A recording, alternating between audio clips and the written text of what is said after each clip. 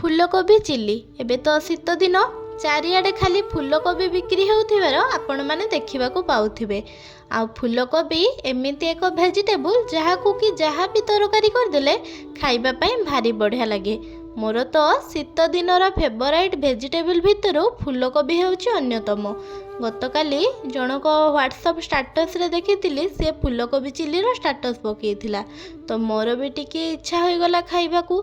तो मु आज डिनर रे बनईदेली फूलकोबी चिल्ली आ मु भी टिके स्टाटस पकेइदेली। जानिछि चिल्ली आइटम बनैबा टिके कष्ट आ सेइथिपाई समस्ते भी बनैबा पई पसंद करंतिनी। बाकी मु एमिति गोटे झियो मोर जेतेबेले जहा खाइबाकू इच्छा होइजिवो मु जेते कष्ट हेले भी ताकू बनैकी खाइबी। हॉस्टेल थिला बेले जो दिन डिनर रे कोबी चिल्ली हुए से दिन आउ स्टडी आवर आम सांग मानकर आउ पाठ पढ़ारे मन न थाए आउ शीत दिन भी समयटा भी जल्दी सरू न थाए। तो आमे माने खाली जणे जणे बेलकु बेल लेखाएं जाई घंटा देखुथिबा केतेबेले 9टा हेबो आ मिल बेल बाजिबो आउ जेतेबेले मिल बेल बाजे सबु दौड़िले जे जहार बेला थाली ताटिया धरिकी। सतरे आज सेई कथा गुड़िक भारी मने पड़ुची।